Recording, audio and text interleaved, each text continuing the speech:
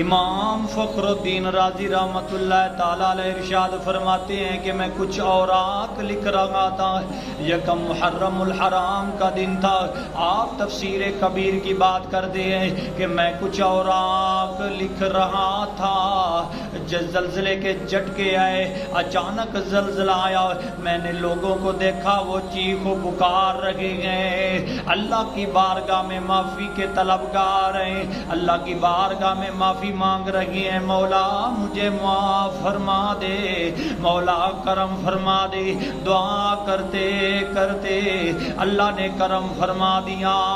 سکون ہو گیا۔ جب سکون ہویا، جب سکون ہویا،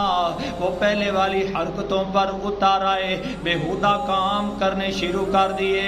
چاہیے تو یہ تھا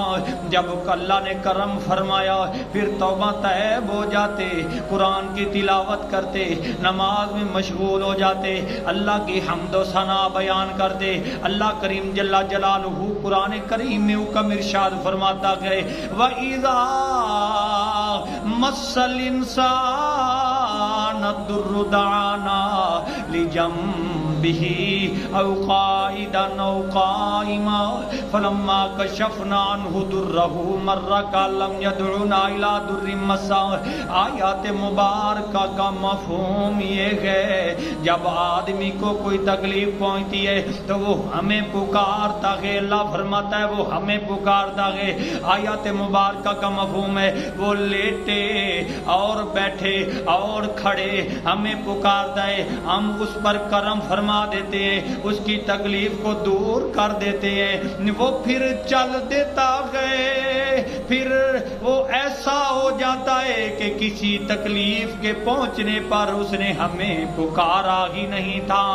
علامہ محمد نعیم الدین مراد آبادی رحمت اللہ تعالی علیہ ارشاد فرماتے ہیں، اس آیت مبارکہ کے تحت ارشاد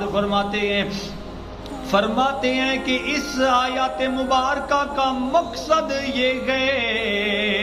کہ جب انسان کو کوئی تکلیف پہنچتی ہے وہ بے صبر ہو جاتا ہے، پھر جب راحت ملتی ہے تو ناشکرا ہو جاتا ہے، اللہ کا شکر ادا نہیں کرتا۔ یہ کم عقل لوگوں کا کام ہے، کم عقل والے لوگوں کا کام ہے، یہ غافل لوگوں کا کام ہے،